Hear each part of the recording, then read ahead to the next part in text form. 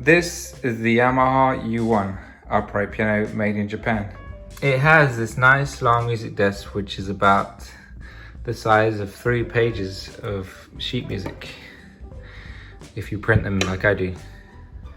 My current Yamaha U1 doesn't have wheels. I bought it recently and I need to buy them. I bought it from a piano tuner, so no wheels, and I'm actually damaging the floor down there with the pedal a little bit. The piano was left in storage when the piano tuner died by the family, and so you can see the rust on the tuning pins here, but there's no real damage to the piano internally that I've noticed so far. The coating of the polyester, I don't know how to explain it really, and if you're a piano tuner maybe you can help me out here, but it feels more premium than cheaper Chinese polyester. Even the paint on the frame feels a bit thicker than some of them. I know that some cheap manufacturers do put a nice paint on, like Samick, but some of the new Chinese pianos, it's the frame paint always looks very inferior to me, just details. It has 3 pedals, has a soft pedal, the sustain pedal, and that is a practice pedal, the felt. I've taken off the practice pedal. I never used the practice pedal. I've never used it before. I don't intend to use it. It's only really useful if you have like an apartment or a retirement home or something like that, where you need to play very softly, or you want to play in the morning and you have lots of children or something. I just don't play in the morning.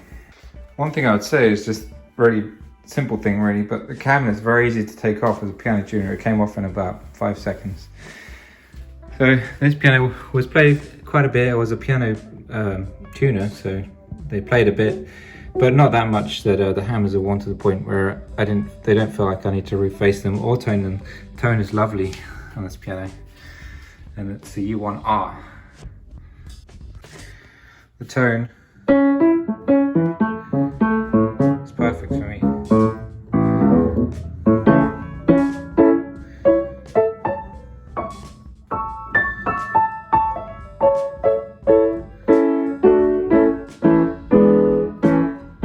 Such a balanced sound. It has the same woody kind of full sound, very full, all the way up incredibly this high, still sounds full. It gets obviously thin around here. You can see that there's some rust on the strings over here, which is due to the storage, and probably storage as well as the pins. If you wondered why the sound of the piano is softer, you probably know this already, but it's a harp basically. It's probably where the piano came from. In the bass you have this big shape, and then it goes all the way to the top treble when you have small tiny strings. Thinner, smaller strings, higher pitch, and then larger, longer strings, lower pitch.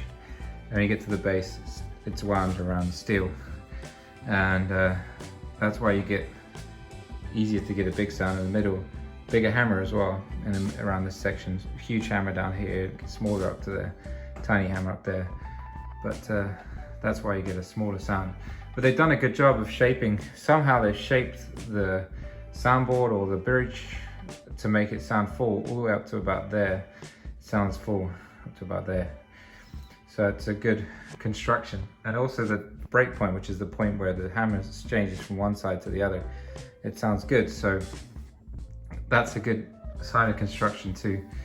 I don't know much more about the woods. If you're a piano tuner, maybe you can fill me in as to how Yamaha designed the bridge, what wood they use, the soundboard wood. I'm not 100% knowledgeable about that. I do know that Yamaha make a good higher, middle range, upper range piano, and this is a great piano. Small details like these show quite a bit too. You've got the string numbering on the bridge. Here it goes. That's the number, the thickness of the string, 13, 13.5, 14, 14.5, 15. That shows you the treble string thickness, and it helps to restore when restringing the piano.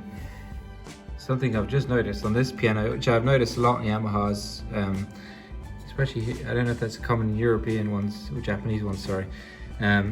That common, but the loops on the back are broken on some of them, which are very common on Yamahas for some reason. These loops break, they disintegrate. And that causes a problem with the hammer repetition, because that loop pulls the hammer back to its resting position.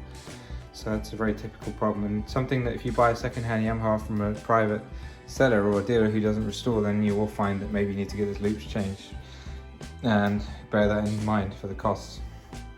Now, the polyester on this piano is a bit damaged. I got my friend Jose to repair it a bit, but it's my piano, so I'm not selling it.